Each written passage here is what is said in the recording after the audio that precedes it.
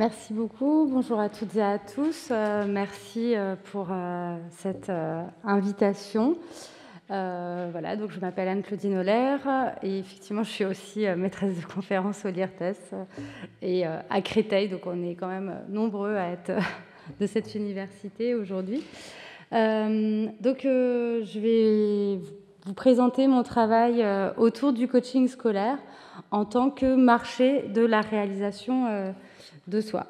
Et effectivement, j'ai publié donc ce livre au PUF il y a quelques années. Finalement, ce que je vais dire là en introduction, ça rejoint pleinement ce que vous avez également dit dans l'introduction de ce colloque, c'est qu'il y a des enjeux très forts qui existent, qui sont de plus en plus prégnants autour de la scolarité, et c'est ce qui crée ce contexte d'émergence du coaching scolaire. Donc le coaching scolaire, d'abord, qu'est-ce que c'est ? C'est un accompagnement non disciplinaire de la scolarité, c'est-à-dire qu'on n'y fait pas des mathématiques, on n'y fait pas du français, on n'y fait pas de l'histoire, de la géographie, etc. C'est un accompagnement non disciplinaire qui, en fait, reprend, je le dirai encore un peu plus loin, mais les techniques du coaching d'entreprise, et donc qui s'intéresse aux objets proches que celui qui est travaillé dans le coaching d'entreprise, à savoir, par exemple, mais appliqué à l'école, donc à savoir, par exemple, la motivation, la gestion du stress, la confiance en soi, l'organisation du temps de travail. Et puis, il y a aussi des fractions du coaching que je présenterai un petit peu plus loin. Donc, mon travail, il a visé à interroger l'usage du coaching scolaire et comment il est utilisé par une fraction des classes moyennes, cerner comment il se constitue, comment il devient un véritable marché scolaire et éducatif. Donc, pour cela, je me suis appuyée sur une enquête qualitative avec des entretiens semi-directifs auprès de jeunes coachés, de coachs, de parents de coachés. J'ai aussi analysé des dossiers de coachés que des coachs m'ont donné à voir, ce qui m'a permis de faire on va dire, pas des statistiques, mais en tout cas des petits pourcentages, de dresser des tendances. Et j'ai aussi fait des observations de séances de coaching. Donc, quelles sont en fait les conditions d'émergence du coaching scolaire ? Je vais balayer ces conditions-là de façon un peu rapide, puisqu'on en a déjà parlé au début de la journée.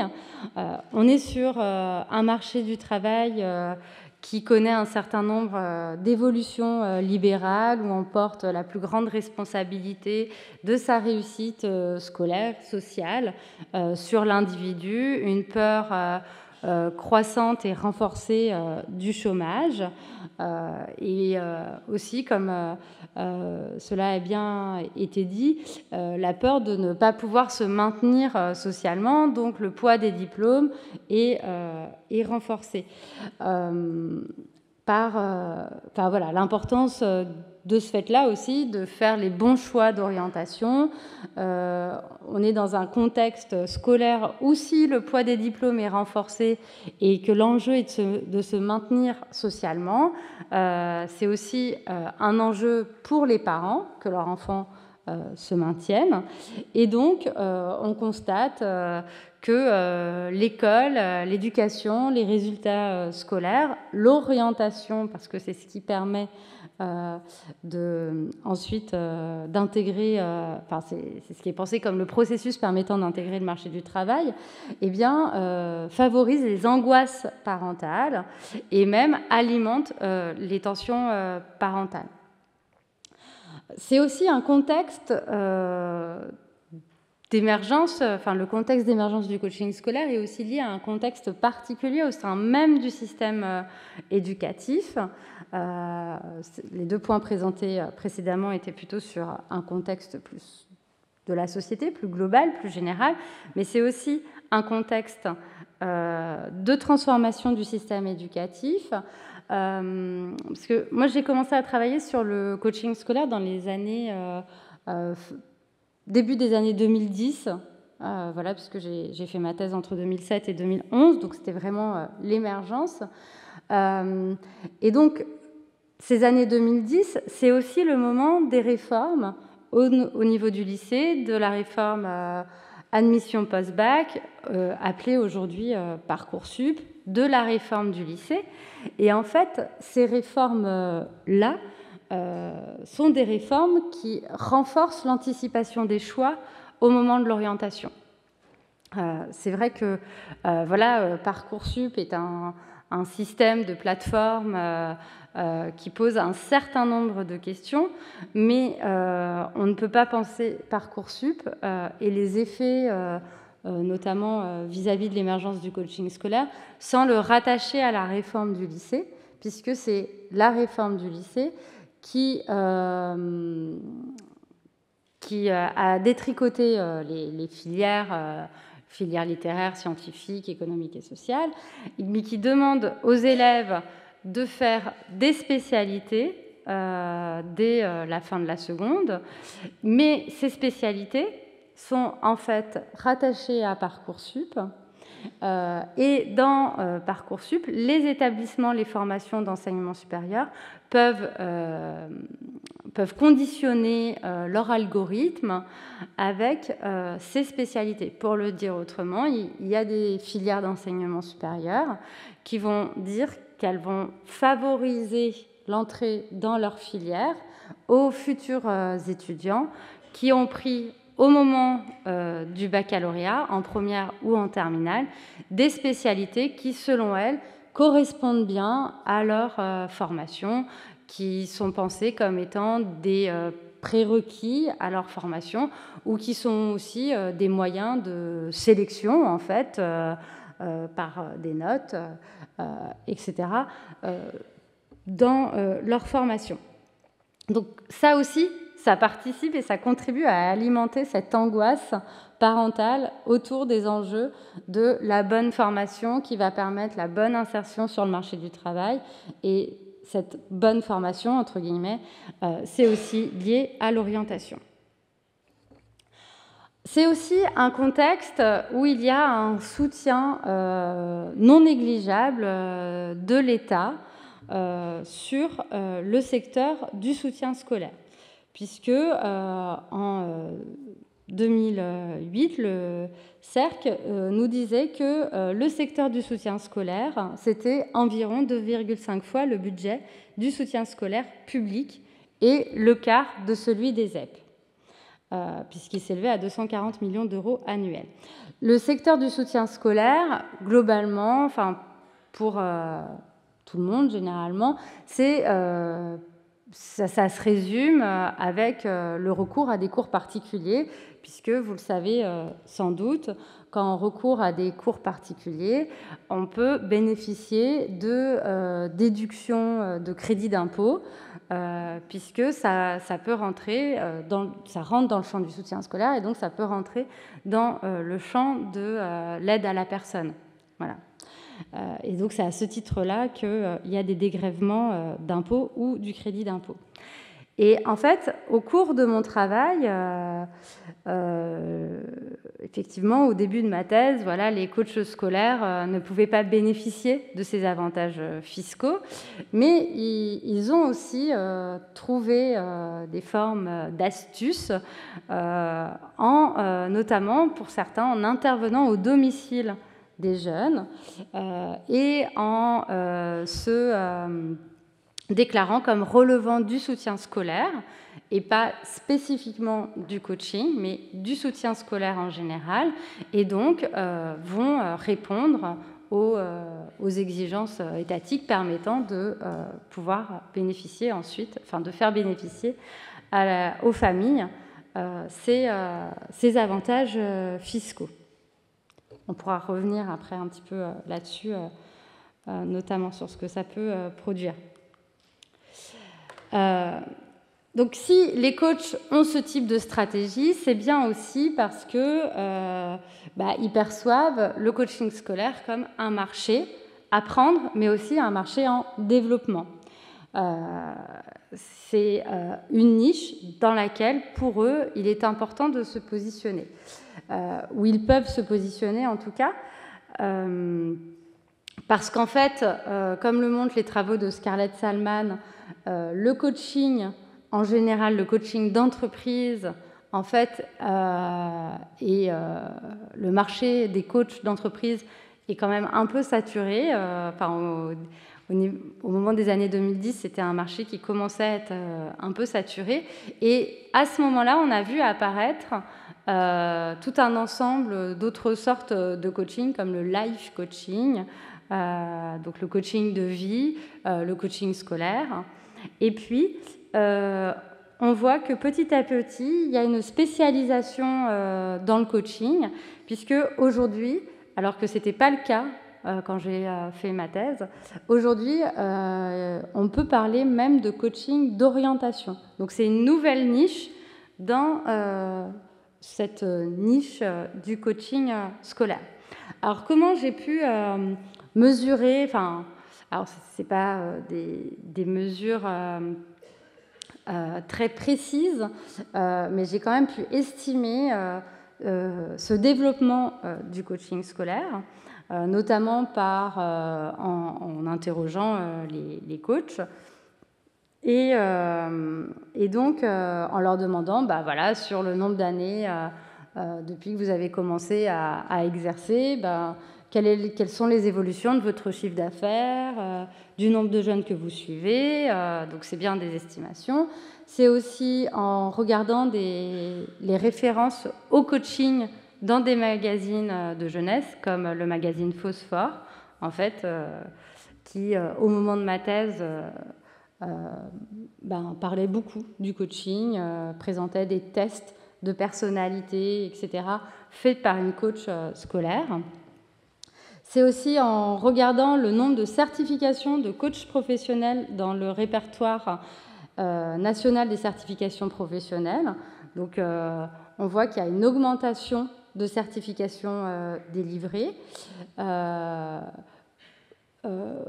m'intéressant aussi plus spécifiquement au DESU de coaching créé en 2003 à Paris 8. Voilà. Donc ça, c'est d'un point de vue plus général. J'ai aussi regardé au sein de l'institution scolaire comment, dans l'école, on peut appréhender le fait qu'il y a un développement du coaching et du coaching scolaire. J'ai pu travailler avec un chef d'établissement, notamment, qui me disait que dans son établissement, il y avait un dispositif qui s'appelait le dispositif ingénieur pour l'école, et c'était une coach qui intervenait. Donc, en fait, c'est des ingénieurs. Le dispositif ingénieur pour l'école, c'est des ingénieurs qui sont détachés de leur entreprise et qui interviennent dans les établissements scolaires auprès des élèves, notamment pour travailler sur l'orientation. Et il y avait notamment une ingénieure qui était formée en coaching et qui proposait du coaching scolaire au sein de l'institution scolaire. Et c'est l'institution scolaire qui, en fait, paye l'entreprise de l'ingénieur qui est détachée. Donc c'est un dispositif qui coûte de l'argent à l'institution scolaire. Donc c'est aussi, ça montre aussi comment cet accompagnement de la scolarité n'est pas qu'un accompagnement privé, mais aussi un accompagnement qui est soutenu par les pouvoirs publics, tant, comme je l'ai dit, sur les dégrèvements d'impôts pour quand c'est des familles et que c'est la sphère privée qui le convoque, mais aussi, comme là, pour les ingénieurs pour l'école, où c'est l'État, l'institution scolaire, qui va soutenir financièrement. Et puis, dans le cadre d'une autre enquête que j'avais réalisée avec Agnès Van Zanten, d'ailleurs, dans des salons d'orientation, mais aussi auprès d'élèves de terminale dans 10 établissements franciliens. Et donc, on avait rencontré 1705 élèves entre 2012 et 2014. Et on leur avait demandé notamment est-ce qu'ils parlaient de l'orientation avec qui ils parlaient de l'orientation, puisque c'était une enquête sur l'orientation des lycéens vers l'enseignement supérieur. Et on voit que 10% des élèves avaient déjà discuté avec un professionnel de l'orientation, mais extérieur au lycée. Donc, c'est-à-dire pas avec leur conseiller d'orientation, en fait. Donc, avec un coach, avec un psychologue, mais pas un personnel de l'établissement. Et 9% l'avaient fait plusieurs fois. Donc, c'était pas un accompagnement en une fois, quoi. Je vous l'ai dit rapidement, en fait, le coaching scolaire, et donc je me permets de revenir plus spécifiquement dessus pour que vous compreniez bien en quoi ça consiste et quels sont ses fondements, en fait, s'inscrit dans l'héritage, les outils et les objets du coaching d'entreprise. Mais on voit aussi que, tout comme pour les coachs d'entreprise d'ailleurs, donc le coaching revendique des racines philosophiques, notamment, voilà, ils se revendiquent être des maïoticiens, puisque l'idée pour eux est de permettre aux personnes qu'ils accompagnent de se révéler elles-mêmes, de se connaître. Donc, voilà, connais-toi toi-même de Socrate, et pour eux, quelque chose est un peu présenté comme leur devise. Ensuite, voilà, l'étymologie du mot coach vient aussi du terme coacher, c'est-à-dire d'accompagner quelqu'un d'un point A à un point B. Et le coaching scolaire, c'est le coaching d'entreprise qui lui-même vient du coaching sportif, des entraîneurs sportifs. Les outils qui sont mobilisés sont ceux de la psychologie comportementale, qui visent à adapter, comme le disent Robert Castel et Henriquez, à adapter le mieux possible les individus à la société, en les rendant de plus en plus performants, maîtrisant les phénomènes, devenant ainsi maîtres d'eux-mêmes. Et on voit que les outils qui sont utilisés, là, qui sont mentionnés sur cette diapo, sont bien des outils issus de la psychologie comportementale. Alors moi je suis sociologue de formation, donc je n'émets pas de jugement sur ces outils, mais je sais aussi que dans le champ académique de la psychologie, ce sont des outils qui sont interrogés, en tout cas, qui ne sont pas...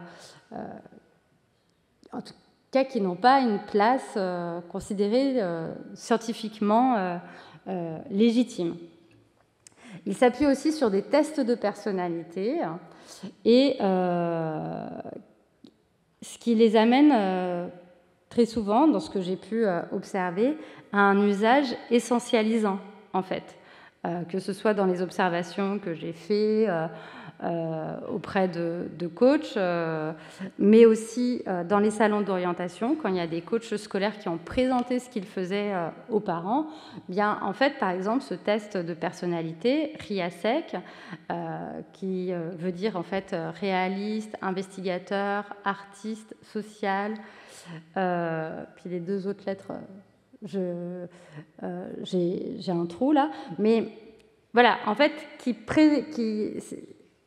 les coachs vont poser des questions et ils vont déterminer des profils à partir de ce test qui a été élaboré par John Holland, qui en fait, il a élaboré ce test-là après la guerre d'Indochine pour permettre aux anciens soldats américains de pouvoir se réinsérer dans la société et de pouvoir retrouver une voie de formation.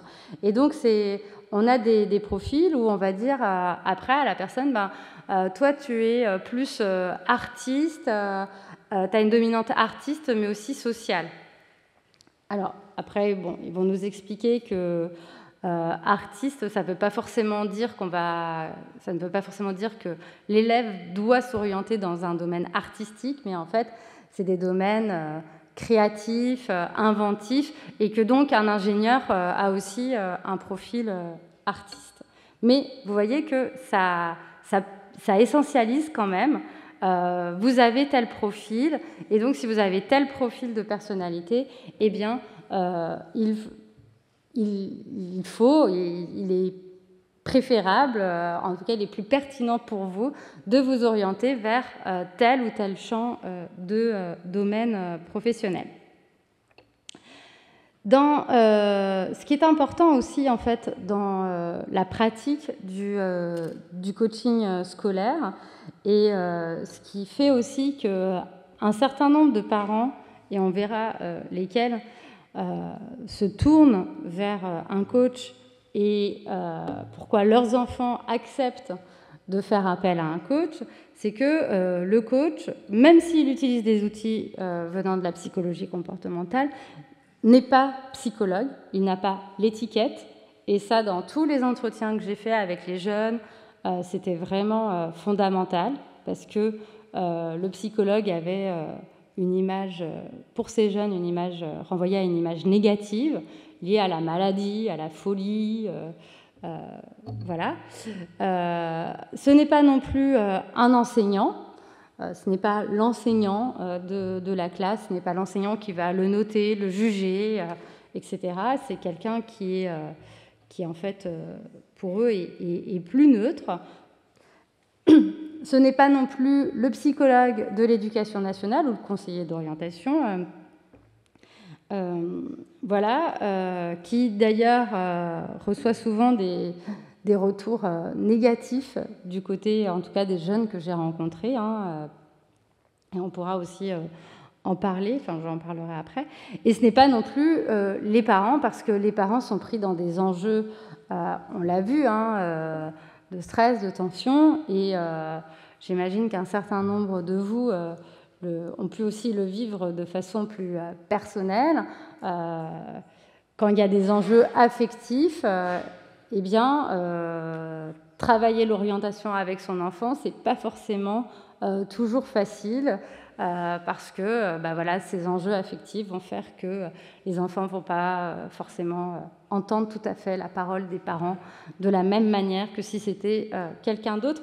Donc en tout cas, c'est quelqu'un qui externalise aussi toutes ces discussions et ces enjeux, ou en tout cas, il y a une part d'externalisation qui fait que pour les parents et les jeunes, encore une fois, que j'ai rencontrés, qui se sont fait accompagner, qui fait que ensuite, quand ça revient au sein de la famille, les choses peuvent être un peu moins tendues. Je vais avancer peut-être un peu plus rapidement. Les objectifs du coaching. En fait, quand j'ai fait ma thèse et que j'ai dépouillé donc, ces dossiers de coach, on voit déjà que l'orientation scolaire et professionnelle, même si on ne parlait pas spécifiquement de coaching scolaire, était quand même déjà dominant. Puis ensuite, l'acquisition d'une méthodologie de travail, la motivation, l'amélioration des résultats, la confiance en soi, la gestion du stress. Ce qui peut paraître étonnant, c'est que la recherche de performance est quasiment pas mentionnée. Alors, de prime abord, ça peut paraître étonnant, mais en fait, on voit que c'est un objectif, mais qui n'est pas mentionné explicitement, qui est plutôt caché, puisque, en fait, parler de recherche de performance renvoie pour un certain nombre de jeunes à quelque chose comme étant je vais écraser les autres, mais on va le voir aussi, c'est en fait une recherche de performance vis-à-vis de soi-même, de se dépasser soi-même, ce qui peut aussi produire d'autres effets. Pardon. On voit qu'il y a des caractéristiques sociales homogènes parmi les personnes qui recourent au coaching scolaire. Non seulement du côté des coachs, mais aussi, on le verra, du côté des coachés. Pour les coachs scolaires, il y a une très forte proximité avec le monde de l'entreprise et de l'entrepreneuriat. Leurs pères ont été indépendants, ont eu des responsabilités dans une entreprise. Pardon. Et puis, ce qui est intéressant quand même, et je ne peux pas ne pas le mentionner, c'est que parmi les coachs scolaires que j'ai rencontrés, il y a une très forte majorité de femmes. Et quand on fait de la sociologie de l'éducation, ça rejoint ce que disait l'intervention précédente aussi. Cette question éducative, scolaire, est quand même beaucoup plus prise en charge par les femmes. Donc, ce n'est pas tellement étonnant non plus qu'on y trouve le plus de femmes dans ce pan du coaching. On voit aussi que si les parents des coachs venaient du monde de l'entreprise, on voit que les coachs eux-mêmes viennent du monde de l'entreprise, puisqu'ils ont été cadres, administratifs, ingénieurs, ont exercé des professions libérales. Il y a très peu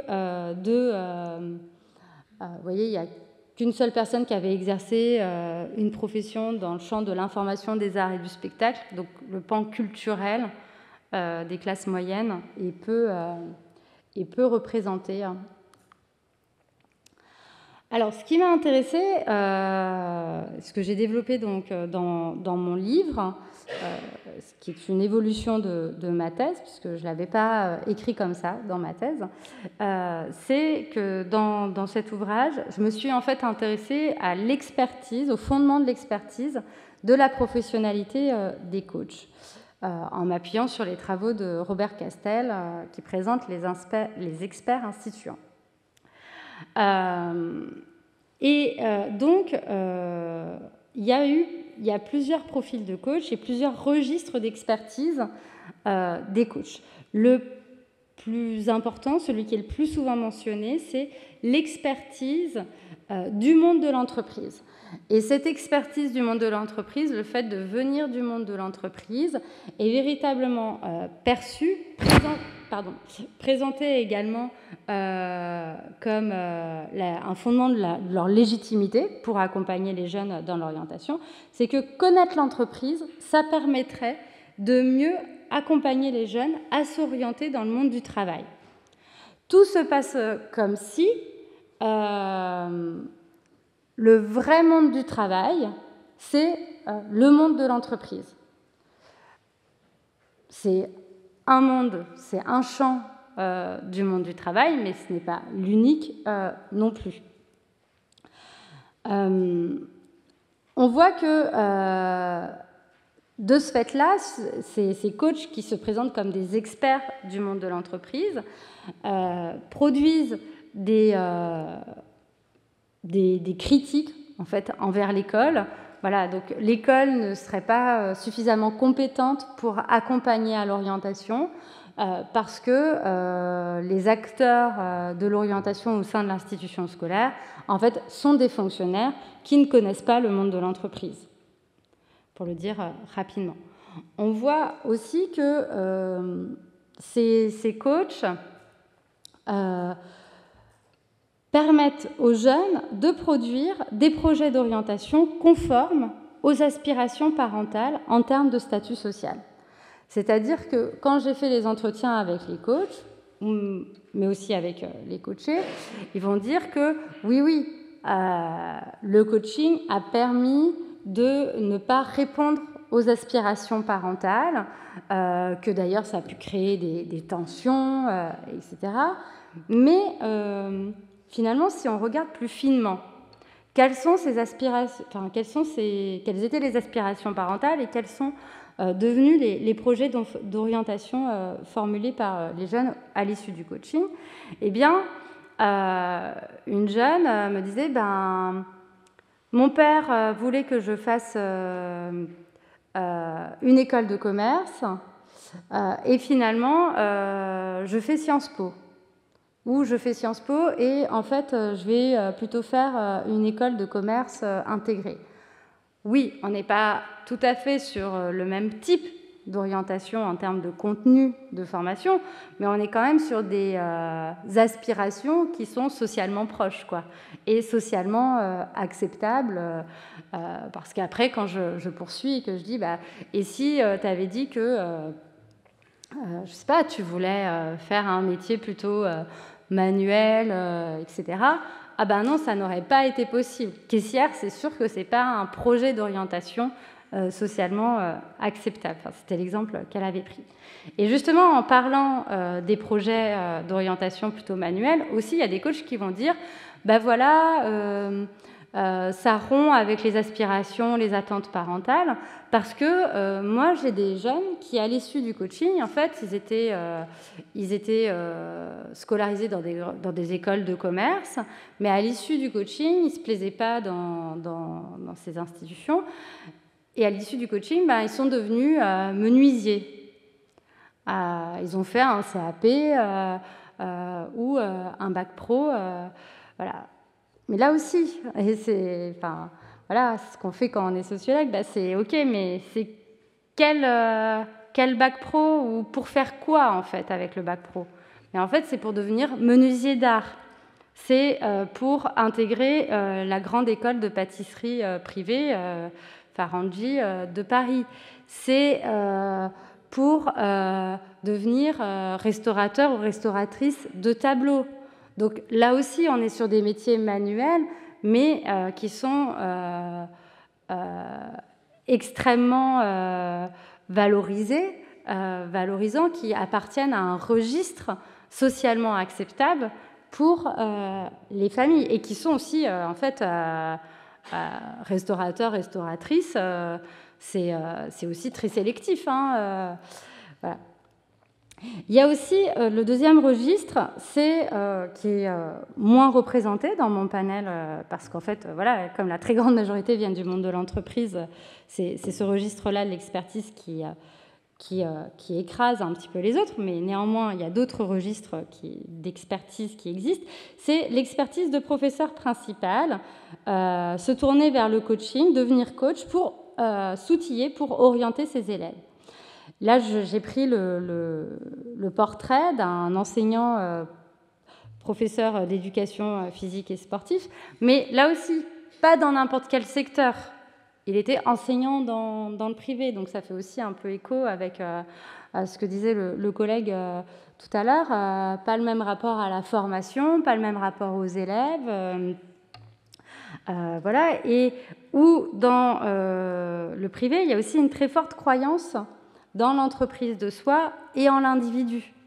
Voilà. Par exemple, moi j'avais rencontré aussi une chef d'établissement d'un lycée privé où la conseillère d'orientation s'était formée au coaching, et il y avait tout un discours sur l'orientation qui était tourné, même d'un point de vue de l'étymologie du mot orientation, autour du développement personnel. Que l'orientation, en fait, ça vient du mot orient et que c'est se tourner vers la lumière. Donc c'est trouver sa propre lumière, sa propre voie. Donc vous voyez que je ne dis pas que des chefs d'établissement du public ne tiendraient pas ce discours-là, ça peut être possible, mais en tout cas, parmi tous ceux que j'ai rencontrés dans le cadre des enquêtes faites avec Agnès Van Zanten, c'est bien dans des établissements privés qu'on m'a tenu ce type de discours. C'est aussi, et là c'est vraiment aussi pour se distinguer sur le marché du coaching. J'avance. Il y a quelques coachs, mais encore moins que précédemment. Donc en fait, c'est à chaque fois c'est dégressif, qui eux fondent leur expertise sur leur propre expérience de l'école élémentaire, avec la nécessité pour eux de répondre aux spécificités des élèves à besoins éducatifs particuliers. Mais là aussi, on voit que c'est des enseignants de l'élémentaire qui ont un profil particulier, puisque, par exemple, c'est quelqu'un qui a démissionné de l'éducation nationale, qui ensuite a travaillé dans une école internationale en Suisse. Voilà, donc il y a un parcours un peu spécifique. Et pour elle, ce qui était important, c'était de ne pas faire entrer dans le moule des élèves différents. Donc, elle était plus sur les processus d'apprentissage. Et un petit peu le pendant de ce registre d'expertise, c'est aussi celui des coachs qui, en tant que mère, se tournent vers le coaching, deviennent coach, parce qu'elles disent, moi, en tant que mère ou en tant que...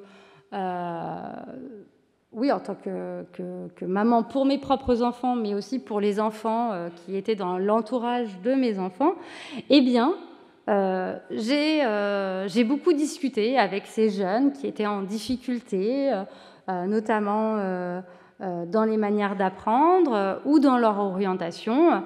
Et donc, c'est en tant que mère, ayant développé une petite expertise parentale au sein de son foyer, que je vais en faire une profession. Il y a le pendant, c'est celui de l'expertise et de la professionnalité. Donc on voit que les fondements de l'expertise et de la professionnalité des coachs scolaires rejoignent tous ces registres d'entreprise de soi, d'aide débrouillard, qui ont un effet comme peuvent l'avoir les registres tenus par les entrepreneurs de la morale familiale. Et le pendant des coachs, c'est regarder les dispositions au coaching scolaire. Je le dis très rapidement, là aussi, on a des jeunes qui viennent du pôle privé des classes moyennes. Leurs parents, en fait, ressemblent, ont des caractéristiques sociales très proches des coachs. On voit que c'est le pôle des technocrates qui domine fortement.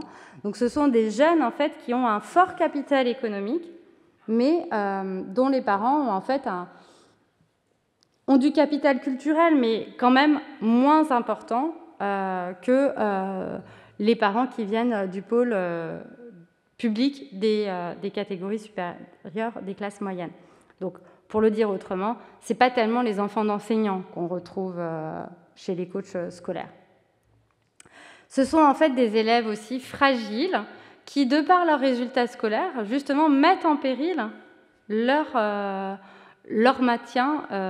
maintien de leur statut social, puisque ce sont des élèves qui ont plutôt entre 8 et 12 de moyenne, et donc pour atteindre des places de cadre, enfin en tout cas pour atteindre des orientations qui a priori permettent d'atteindre des places de cadre, eh bien, notamment les classes prépa, les grandes écoles, eh bien, c'est un peu fragile d'être pile autour de la moyenne.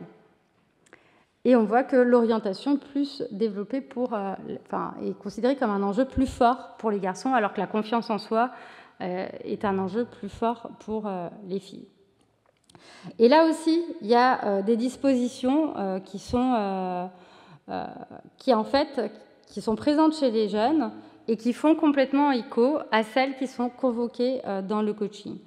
Les dispositions à se faire accompagner, ce sont des jeunes qui sont OK pour se faire accompagner, mais par contre, il ne faut pas non plus que ce soit un psychologue, mais ils sont d'accord pour parler d'eux-mêmes, sur eux-mêmes. Voilà, ce que dit une coach, c'est des jeunes qui ont baigné aussi dedans, quoi. C'est des jeunes qui cherchent à dépasser leurs limites. Donc en fait, ce registre de la performance se décline comme cela. Il faut se dépasser soi-même. Ce sont des jeunes qui font beaucoup de sport, ce qui correspond un peu au canon éducatif des classes moyennes supérieures, qui s'inscrivent dans les compétitions sportives pour se dépasser, qui ont bénéficié de stratégies de clôture sociale, comme le recours à des spécialités, des options, mais aussi à des établissements privés sous contrat. Voilà. Et donc, qui formulent des vœux socialement acceptables. Le coaching permet de formuler des vœux socialement acceptables pour leurs parents. Et pour eux-mêmes aussi, certainement. Ce sont des jeunes qui recherchent l'autonomie. L'autonomie est présentée comme un peu quelque chose à atteindre. Il faut pouvoir faire seul, il faut aller de l'avant, il faut foncer.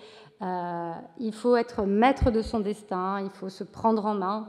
Et donc, en fait, toutes ces postures que ces jeunes ont vis-à-vis d'eux-mêmes, eh bien, répondent complètement aux attentes du coaching, en fait. Voilà. Et le coaching est aussi perçu comme un moyen